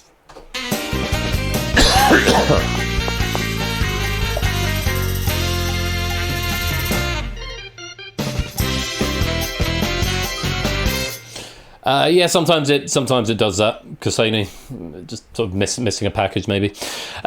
Anyway, at the end of +0, so we should probably get rid of that topper, shouldn't we? Is there an animated component on there? There he goes. It's gone. We never had to mention it again. Give him +100. No, it's gone now. It's all gone. Ralph is still in pole position with 66. Jogging is gliding overall with 53. Mark is in third on 51. Riff and Topper tied up with 42. Apodo just a point behind with 41. Matt making up to the middle row now with 29. Tied with Kegler also on 29. Ultimat on 27. Puzzle that's got 18. Mantista's got 14. And Erenos on -5. The next round could make all the difference though. As we go to round 4. Oh no, we don't. We go to the lobby game.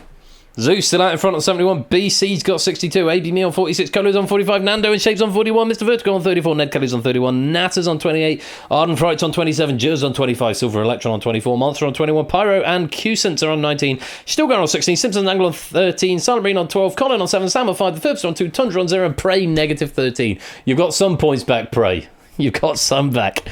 Let's go on. Round 4. Question must be super tiring, yeah. I got to the end. I was very we climb, indeed we do. Round 4 is the blind auction. Bid on how many questions you can answer on a pair of categories from 1 to 10. Abstaining from bidding will cause a default bid of 1.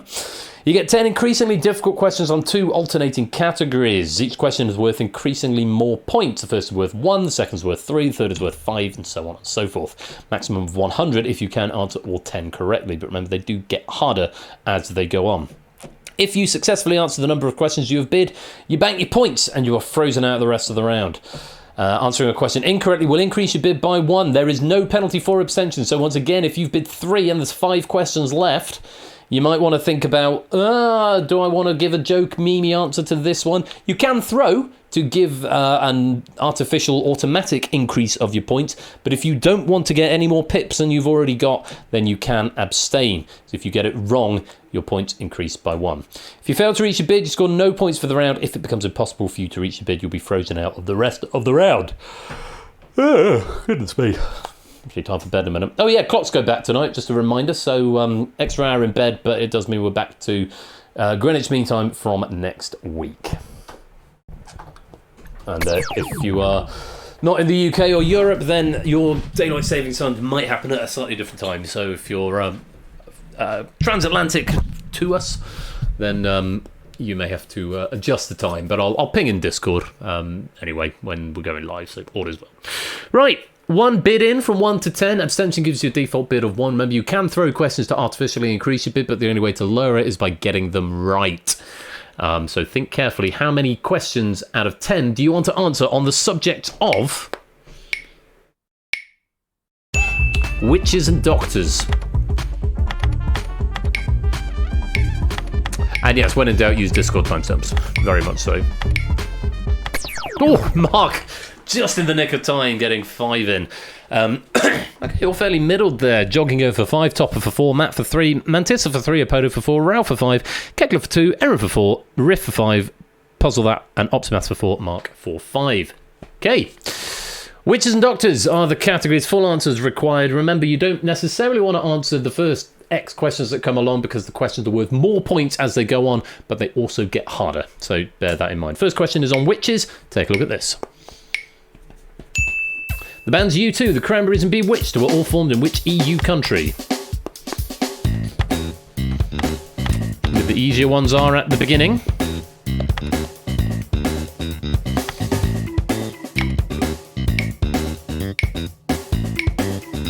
Kegler and Optimath look to be sitting this one out. Most of us getting that one right. Ireland or the Republic of Ireland or Ire. So I'm glad I added that as an option because it wasn't originally jogging going for Ire. Yes, Republic of Ireland or Ireland is the correct answer. C'est la vie. Just love Bewitched. Way back when. Still quite like you too. Everyone who attempted it getting it right, other than Aaron, who's going to get 1 extra point, and he now needs 5 from 9. Next question, moving on to doctors. Take a look. For 3 points, which Scottish actor and star of The Thick of It first appeared in as the Doctor in Doctor Who in 2014?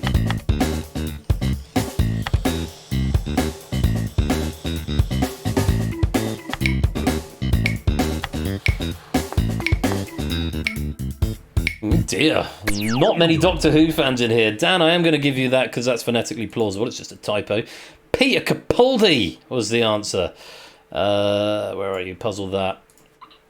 Zoom in on Puzzle That. Calpaddy. I can see what you mean. Peter Capaldi. Yeah, David Tennant was way earlier. David Tennant took over in 2007? 6? 5 even? One of the first series aired. It was before I started uni. My first year of uni, it was on Series 3, and that was 2007, I think. So 2005, David Tennant took over from Christopher Eccleston. Granted, he is Scottish, but he wasn't in the thick of it, and it certainly wasn't 2014. Peter Capaldi is what we wanted, so I'm going to go for David Tennant. I'm afraid that's the wrong answer, and you're going to get yourself an extra pip. Well done if you did get that, though. Let's clear the board. Erin now needing 6 from 8. Everyone else starting to chip away at their target. Let's go on to another question. Back to witches. Take a look. Spoken by the first witch, the line, "When shall we three meet again?" opens which Shakespearean tragedy?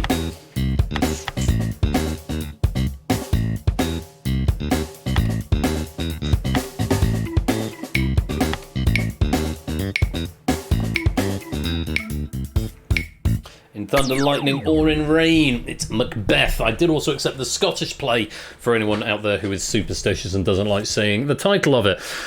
Jogging and Matt both going for Hamlet. No, that opens with is it Bernardo and Marcellus on the watch with the ghost of Hamlet's father wandering around doing his ghost thing.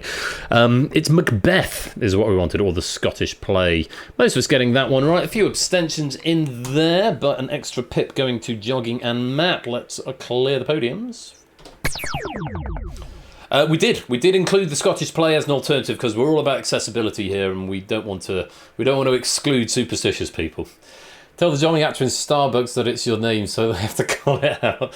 Double, toil and trouble, fire burn and cauldron bubble, fillet of a fenny snake in the cauldron, boil and bake, etc., etc. Yes, Scottish play, Hamlet. Next question, back to doctors. Take a look at this. For 7 points, the name of which English city is mentioned in the traditional nursery rhyme Dr. Foster?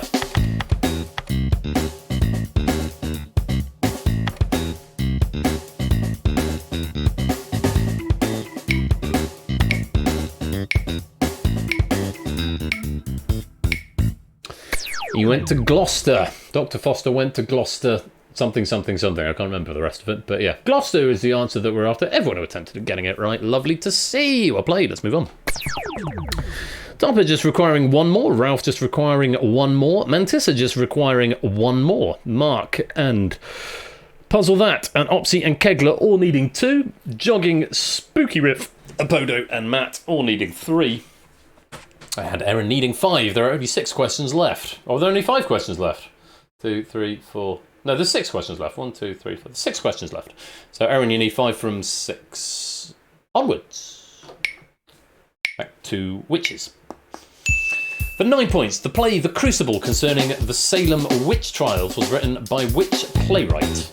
Sorry about the missing quotation mark at the end of Crucible there.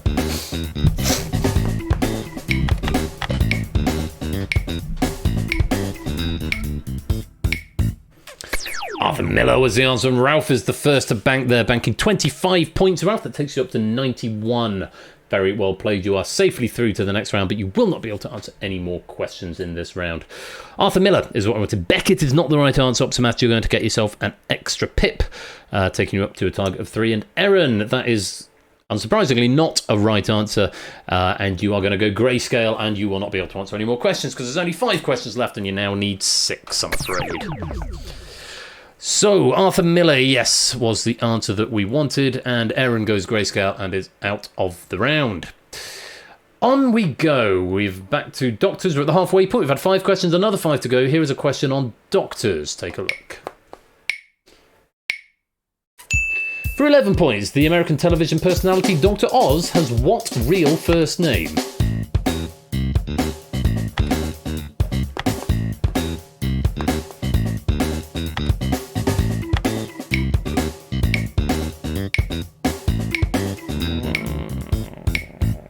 I don't think I can take it, Puzzled Dan. I don't think I can. It's close, but it's not close enough. I've been generous once or twice tonight, but the fact I denied Mark the SDLP when it was 1 letter out, I feel that's not quite going to cut it. You're close, Puzzled Dan, but I can't have it, I'm afraid. Sorry, my dude. Mark has banked out 33 points, taking him up to 84. Kegler has banked out 20 points, taking them up to 49. Very well done, you two. You banked them through to the next round. Most players getting the correct answer. There's Mehmet. Dr. Mehmet Oz. Oh, Puzzle Dan, you go back up to requiring 3 at this point. Still very doable. There are 4 questions left, but going to be tricky. But don't worry, let's see what happens. We've still got some players left in as well. Let's clear those podiums. Apodo requiring 1, Mantissa requiring 1, Topper requiring 1, Optimat needing 2, Puzzle Dan, Jogging, and Matt requiring 3 from 4. Question 7, take a look. Back to Witches for 13 points. Which Jersey-born actor played the character Geralt of Rivia in the first 3 seasons of the Netflix series The Witcher?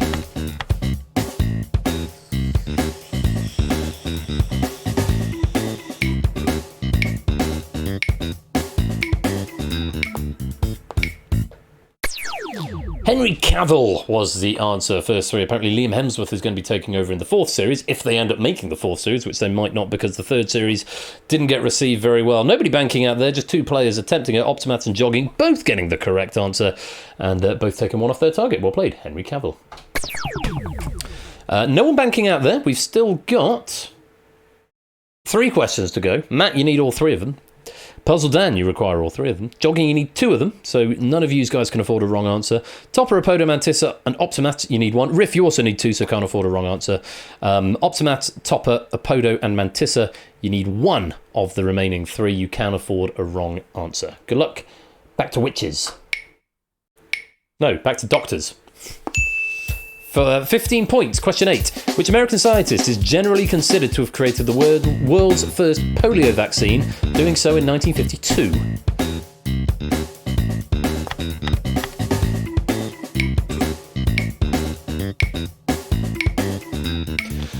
Puzzle Dan and Jogging, if it's any consolation, when I was proofing this pack earlier on, I tend to proof it without looking at the answers to see if I can answer them, and Edward Jenner is exactly what I said, but Edward Jenner was a lot earlier, and it was a smallpox vaccine, not a polio vaccine, so unfortunately that is a wrong answer. And you're going to be frozen out, the both of you. Jonas Salk was the right answer, and Apodo, very well done there. You've banked 41 points and doubled your score up to 82. Very well played. The QI klaxon at hand. Not anymore. I think I removed it. I've got the app, but I can't remember how to use it now. I think I only ever used it once, but that would have been a good one to have. Puzzle that and Jogging and Matt as well gone grayscale because you've been frozen out. There's not enough questions left at this point. But also Jogging and Puzzle that going grayscale too with that wrong answer. So, 2 questions to go. We've had 4 players bank so far, and we've got 4 players still left. 4 players have banked, 4 players have been frozen out, and 4 players are left in. Quite poetic. I like that. Riff, you need both of these last 2 questions. Optimat, Topper, and Mantis, you can have either. Nobody can afford a wrong answer. Back to Witches, question 9. Take a look. For 17 points, the 1983 children's book The Witches was illustrated by whom?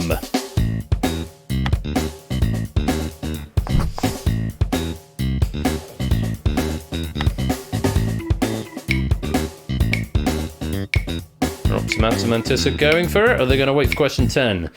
They're going to wait for question 10. Riff and Top are both attempting it, and both correct. Quentin Blake was the answer. The author was, of course, Roald Dahl. And Top has banked out 28 points, taking him up to 70. Riff still needing 1 more. Ready, bank out at this time. Go. You have now, Top, at 28 points. Very well played. Okay. 3 players remain. Riff, Optimat, Mantis, you all need this question 10. It comes right down to this. Good luck. Take a look.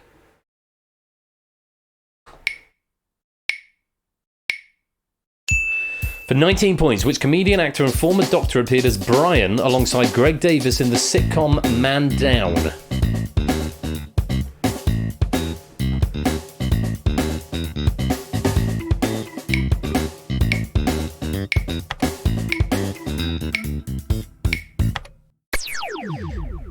Oh, Opsimat. No, as you've been frozen out. Sorry, I saw you go down. I didn't realise you were a grayscale. Sorry to get your hopes up. You've been frozen out.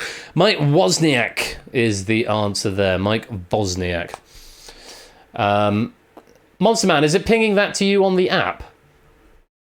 Is that what it's sending you on the app? Rather than writing it in Discord, where in Twitch, where I'm likely to miss it, if you could pop it into the Discord server in the suggestions channel, then I'll add it to the Trello board and I will fix that for next time, because if that's a bug, then it needs to be fixed. But don't write it in the stream chat, because otherwise I won't catch it. But if you're just commenting on your situation, that's slightly different. But if that's what's being displayed on the app, obviously I need to fix that. Tom Baker and Stephen Fry, I'm afraid, are both incorrect answers. It was Mike Wozniak, so unfortunately, getting very close there, Riff and Mantissa.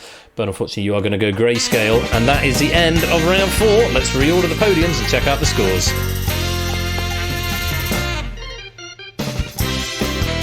Woohoo! It's going to be a close finish. Ralph's in pole position with 91. Mark's gliding overall with 84. Rapodo now in third with 82. We've got Topper with 70. Jogging with 53. Kegler with 49. Riff has got 42. Matt's on 29. Optimat on 27. Puzzle that on 18. Mantis on 14. Aaron on -5. And with 1 round and 1 question to go this evening, there's still all to play for. Over in the audience game, Zeus still has the lead, but Nando is encroaching. How rude. Zeus on 107, Nando on 103, Colo 85, BC 84 Shapes, and Mr. Vertigo 66, Qsense on 51, Natter on 50, ABME 46, Stilgar and Jers on 42, Ned Kelly 31, Colin 29, Arden Frights on 27, Silver Electron on 24, Monster on 21, Pyro 19, Simpsons Angle 13, Silent Marine 12, Prey on 8, Sam on 5, The First on 2, and Tundra on 1. Made it. Just. Okay. 1 more round, my friends, and 1 more question. Let's do it. It's the big finish. Wager from 10 points up to your current score based on a category. If you do not have at least 10 points, you will be given a default bid of 10 and will not be able to bid. Answer the puzzle-based question within 30 seconds. Answering correctly will win you your wager. Answering incorrectly will lose you your wager. Simple as that. If I press the button, it should now be saying what your scores are, and whether you're playing in the hot seat game or whether you're playing in the lobby game. Yeah, have a look, see where you are. What do you want to wager? It's basically Final Jeopardy, if you've played Jeopardy before. And I will add, you need to type your wager. You don't just press a button, and that time will go quickly. And if you abstain, you'll be given a default bid of 10. Which have to do with the content. I think I'm missing some chat there. No, it wouldn't have banked. It wouldn't have banked Monster Man, because you need to get what you bid in order to bank out. Which is why it was shown -2, because there weren't enough questions left for you to get your bid. So, decide how many points you want to wager. Make sure you're going to type it. And 10 seconds to type it in. Pay attention to this category, because this category is very helpful. Karen, is Arun Aromatics or the modern Apollo?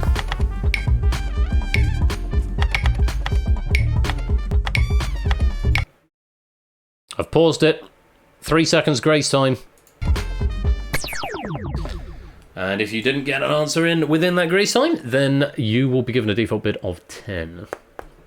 So, 30 seconds to answer the question in full. What can you glean from that category? Arun Aromatics or the modern Apollo? 30 seconds. Good luck to you all. Here is the question. Who is missing from this group of 5? Lord Byron, John Polidori, Claire Claremont, Percy B. Shelley, blank.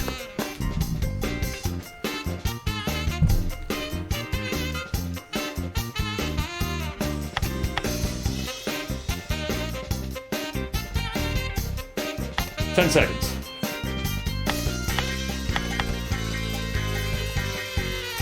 Five seconds.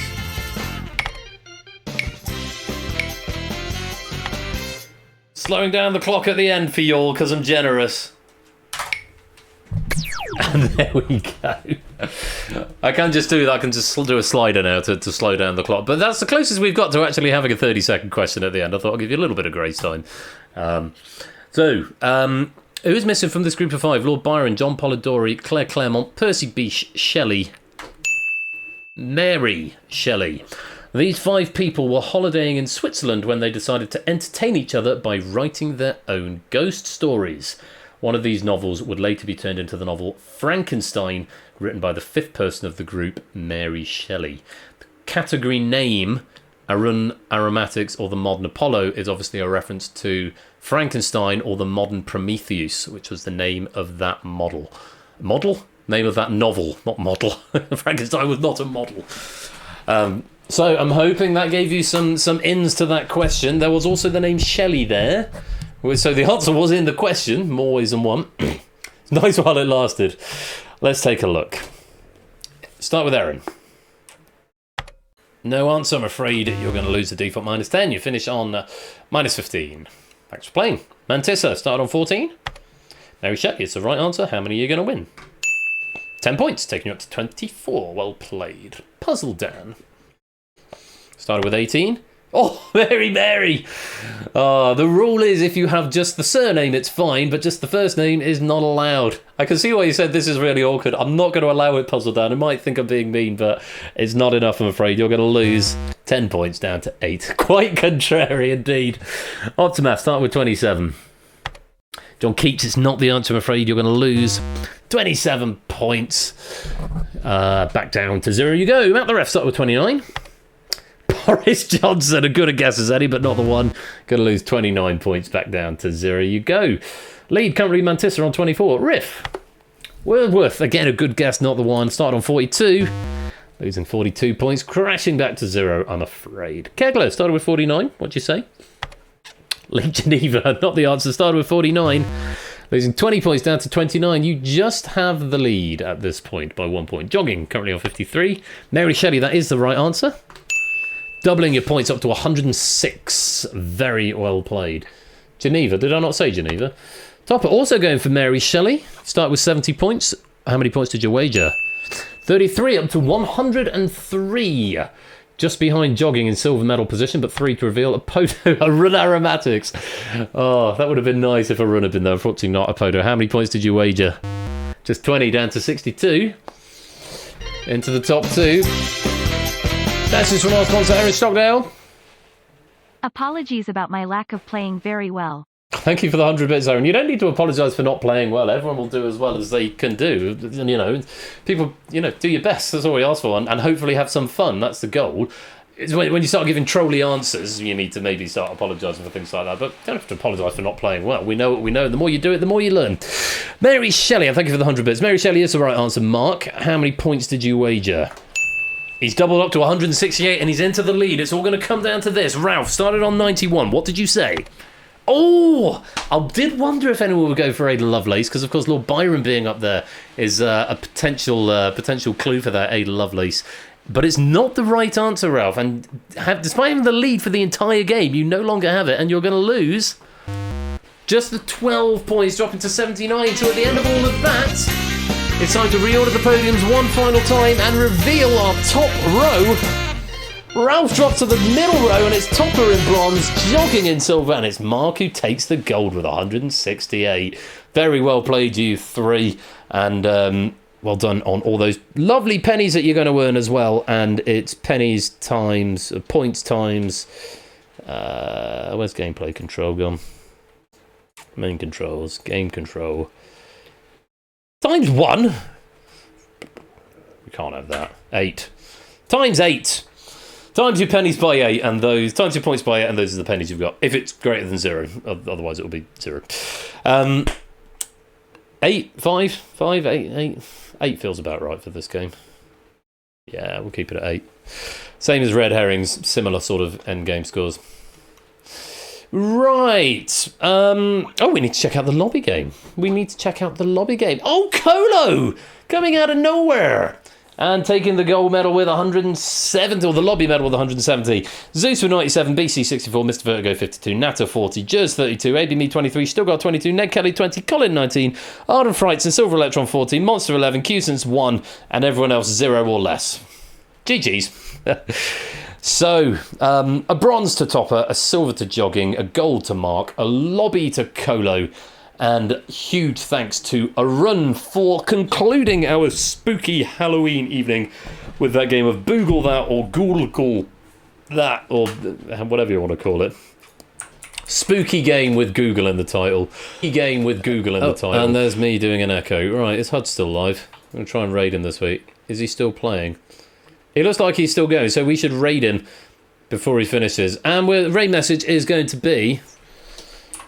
Nando got the toilet. A few options have come up tonight, but that's the one that sticks out with me. Nando got the toilet. It's going to be our raid message to HUD 601, who we're going to go raid in just a moment. Just before we wrap up, there is time for me to do the continuity. Next week on game night, back to normal, no Halloween stuff. We've got Hacker, Data Leak, and The Escape Artist coming up next week. Hacker is by Dragon, Data Leak is by Quizzle, and The Escape Artist is by Mr. Vertigo. So those are the 3 packs that we have got to look forward to next Saturday, 8 PM GMT, because of course the clocks are going to change between now and then. In fact, they're going to change in a few hours' time. As for our great friend Topper, who's been here this evening, let's give him a shout out. Topper One Gaming, and next week is going to be the 2nd of November. He has got Splash Attack, he has got Rebound, and he has got the Diamond. Splash Attack by Bassoonist, Rebound by Zeus, and the Diamond by the Lupine One. So, lots to look forward to with Topper. And, of course, our friend Ash the Bash over at twitch.tv/80_bash. He's going to be here next Wednesday and Friday, and he's got on the Wednesday, who knows where, and pre-birthday celebrations, whatever that entails. No, that's way early. Ash's birthday's November. I'm looking at the wrong part of his schedule. So try again. 1st of November, 2023. That would be the Friday? No, that's the Wednesday. Is that the Wednesday? I can't even do dates. He needs days. He needs days on his schedule. Anyway, Untitled Grid Game, Secret Fortune, and Relativity. And it looks like Ash doesn't have a stream next Friday, possibly. What would that be, the 5th? 3rd. Not seeing anything in Ash's thing for a stream for the 3rd. So maybe he's away next Friday, but certainly next Wednesday, Untitled Grid Game, Secret Fortune, and Relativity. He's not streaming on Friday, right? That makes sense. Fair enough. Good. Pog. And that's about it. Thank you once again to all the writers for this evening. I hope you enjoyed my my dead herrings at the beginning. And thank you to Toot for proofing that. To BC for distinction, and to Colo for proofing. Thank you both very much indeed. To Arun for this wonderful spooky game of Google That. It's been most fun. I hope you've all had a good time as well. We're going to go off and raid HUD 601, and we're going to say Nando got the toilet. He's doing a community night. I look like he was playing Fall Guys or something similar. He's a good guy, and we missed him last week because he finished just as we finished, just as we raided. So we're going to catch him this week. It'll be great fun. I'm going to be back next Saturday, the 4th of November, for Hacker, Data Leak, and The Escape Artist. I do hope you'll join me. Until then, stay safe and be wonderful and splendid and marvellous and safe. And as always, you've been watching Game Night. I've been Royal Flush. Take care. Peace out. and good night. If I focus on the right window.